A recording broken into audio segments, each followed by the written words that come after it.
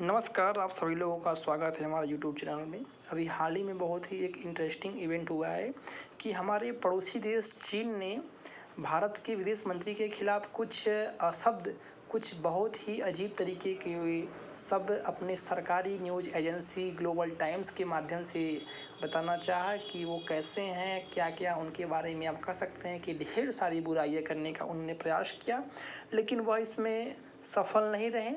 तो आखिरकार उनको मजबूरी में आके उस आर्टिकल को डिलीट करना पड़ा। तो इसी के बारे में हम इस वीडियो में समझने वाले हैं। आखिर उन्होंने क्या छापा था उस आर्टिकल में और आखिर उनको क्यों मजबूरी में आकर उस आर्टिकल को डिलीट करना पड़ा। आप हमारे वीडियो में अंत तक बने रहिए।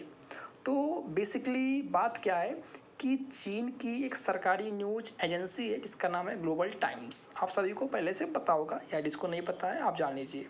तो जो ग्लोबल टाइम्स है इसको रन चीन की सरकार करती है, बट नाम है कि वो एक इंडिपेंडेंट न्यूज़ एजेंसी है, बट वो रन होता है चाइना के गवर्नमेंट के द्वारा। तो चाइनीज गवर्नमेंट के द्वारा जो न्यूज़ एजेंसी रन होती है ग्लोबल टाइम, उन्होंने एक आर्टिकल छापा भारत के विदेश मंत्री के बारे में कि जो भारत और चीन के बीच जो विदेशी संबंध है, जो संबंध बहुत ही अच्छा नहीं हो पा रहा है जैसा कि होना चाहिए, यानी कह सकते हैं कि चीन से इन्वेस्टमेंट नहीं आ पा रहा है जो कि वो उम्मीद करते हैं कि अच्छा खासा वो हमारे देश में इन्वेस्टमेंट करेंगे और उसके बाद हमारे देश का पैसा अपने देश में ले जाएंगे। लेकिन अभी जो भारत सरकार बहुत ही सख्त रुख अपना रही है, खासकर जो इन्वेस्टमेंट चीन से आ रहा है, इसीलिए वो सब बौखलाए हुए हैं। और तो जिसको आप देख सकते हैं, तो उनका आर्टिकल का मेन उद्देश्य यही था कि भारत के विदेश मंत्री को बदनाम करना। वो उनका यह करना, वो भी बहुत सारे तो कह सकते हैं कि भला बुरा उन्होंने छापा। लेकिन अभी अगर आप देखेंगे तो आपको इंटरनेट पर वो आर्टिकल नहीं मिलेगा।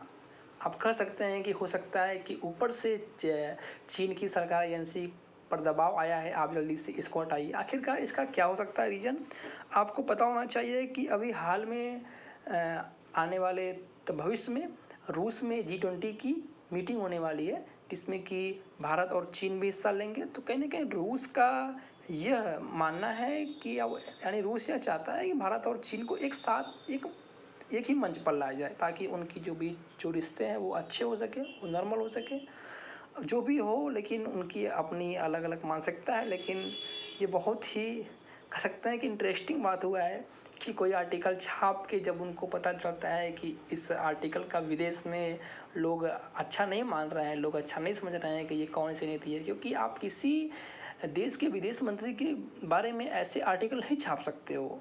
आप अगर छापेंगे तो आप अच्छे कंट्री में नहीं आप मानेंगे कि हाँ आप एक अच्छे कंट्री हैं, आपकी मानसिकता अलग है, विचार अलग है। खैर, अब वो आर्टिकल नहीं है अभी, अगर आप देखेंगे इंटरनेट पे नहीं मिलेगा। तो ये आप देख सकते हैं, यहाँ पे है कि ये कुछ था। ये देखिए यहाँ पे सबसे पहले उन्होंने क्या किया कि इंग्लिश वर्जन उसका हटाया, देन बाद में उनका जो होता है जो लोकल लैंग्वेज उन्होंने उसको बढ़ा दिया। बट फिर भी उन्होंने कह सकते हैं कि जल्दबाजी में कुछ ऐसा किया कि अभी भी आप अगर इंटरनेट पर सर्च करने जाएंगे कि चाइना जयशंकर, तो वहाँ पर आपको आर्टिकल मिल जाएंगे। आपको दिखा रहा हूँ, अभी देख सकते हैं। ये तो वही सेम आर्टिकल है कि उसके बारे में बताया गया है। आखिरकार वही तो जयशंकर जी बताते हैं, वही सब है, इसमें कुछ विशेष नहीं है। यहाँ पे देखिए, आप अगर जब इंटरनेट पर जब सर्च करेंगे कि जयशंकर चाइना, तो वहाँ पर आपको यहाँ पर मिल जाएगा India's diplomacy has S Jaishankar's problem. यानी भारत की जो विदेश नीति का मेन प्रॉब्लम क्या है, एस जयशंकर जी हैं। शायद उनको नहीं पता है। हमारे के पास ऐसा एक तुरुप का इक्का है जो सभी बड़े से बड़े देशों की बोलती बंद कर देता है। लेकिन वहीं से उन लोग बौखलाए हुए हैं कि आज के कुछ साल पहले भारत अगर कोई भी मुद्दा हो वहाँ पर शांत रहता था, सुनता था।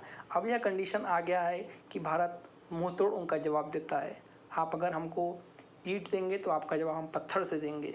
कुछ ऐसा भारत की आजकल की जो विदेश नीति हो गई है, इसमें सबसे अहम योगदान हमारे देश के अभी जो वर्तमान जो विदेश मंत्री हैं माननीय श्री एस जयशंकर जी को जाता है।